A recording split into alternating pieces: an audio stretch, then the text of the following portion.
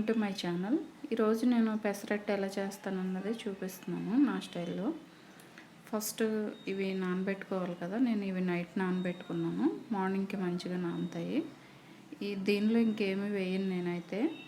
ఇవి అప్పటికప్పుడు మిక్సీ పట్టుకుంటే సరిపోద్ది కదా. ఇవి ఇప్పుడు మిక్సీ పట్టుకోవాలి. ఇలా మిక్సీ పెట్టుకున్న దానిలో కొంచెం వాటర్ కలుపుకొని కొంచెం సాల్ట్ వేసుకుంటే సరిపోతుంది. ఇది ఇప్పుడు పక్కన పెట్టుకుని దీనిలోకి అల్లం చట్నీ అయితే బాగుంటుంది. అల్లం చట్నీ ఎలా చేయాలో చూపిస్తున్నాను.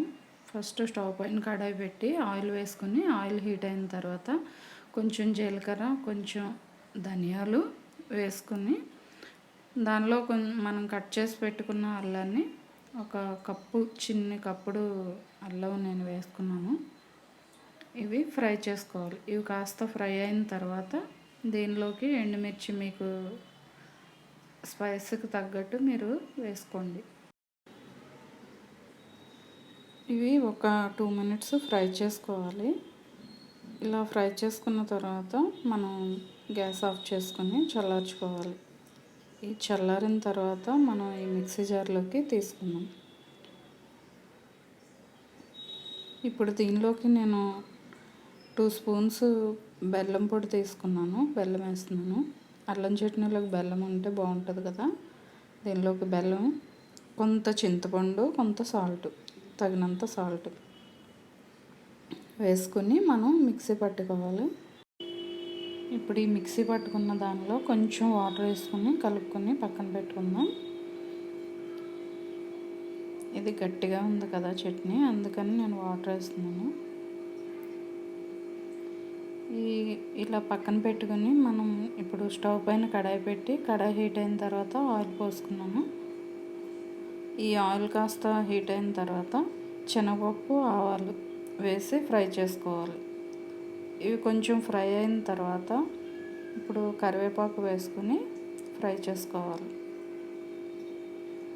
ఈ పోపుని మనం ముందు మిక్సీ పట్టి పక్కన పెట్టాం కదా చట్నీ, ఈ చట్నీలో వేసుకోవాలి. వేసి చట్నీ పక్కన పెట్టుకున్నాము. ఇప్పుడు పెసరట్లోకి మనం ఏమేమి వేస్తామన్నది చూపిస్తున్నాను. ఆనియన్స్ చిన్నగా తరిగి పెట్టుకోవాలి. 2 పచ్చిమిర్చి సన్నగా తరిగినవి, కొంచెం అల్లం, వీటిలోకి కొంచెం సాల్ట్, కొంచెం జీలకర్ర వేసి, జీలకర్ర ఎక్కువే వేసుకోవాలి. ఇవి వేసి మంచిగా కలిపి పక్కన పెట్టుకోవాలి.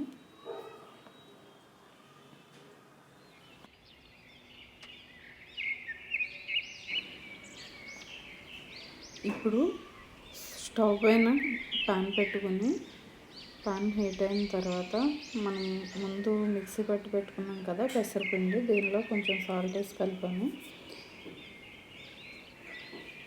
ఇంకా దానిలో ఇంకేమీ వేయలేదు. ఈ పాన్ హీట్ అయిన తర్వాత మనం దోశ లెక్క ఈ పెసరట్టుని వేసుకోవాలి.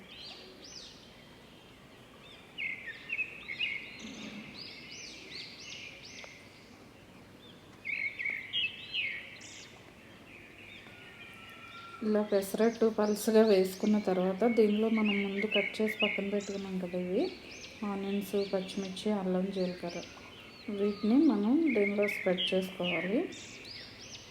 దీనికి ఆయిల్ ఎక్కువే పడుతుంది.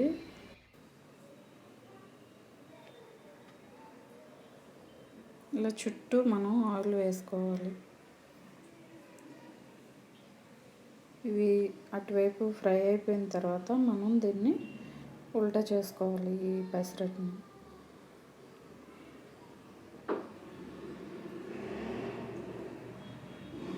ఉల్టా చేసుకుని మనం దీనిపైన కూడా మళ్ళీ ఒకసారి ఆయిల్ వేసుకోవాలి. ఇలా మనం ఉల్టా చేసాక కూడా ఆయిల్ వేసుకుని దాన్ని కొంచెం ఫ్రై అయిన తర్వాత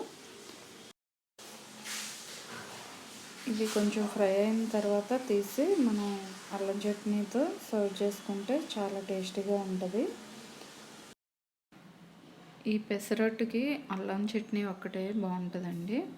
నేనైతే అలానే చేస్తాను. చూసారు కదా. నా వీడియో కనుక మీకు నచ్చినట్లయితే లైక్ చేయండి, షేర్ చేయండి. Thanks for watching. Bye bye.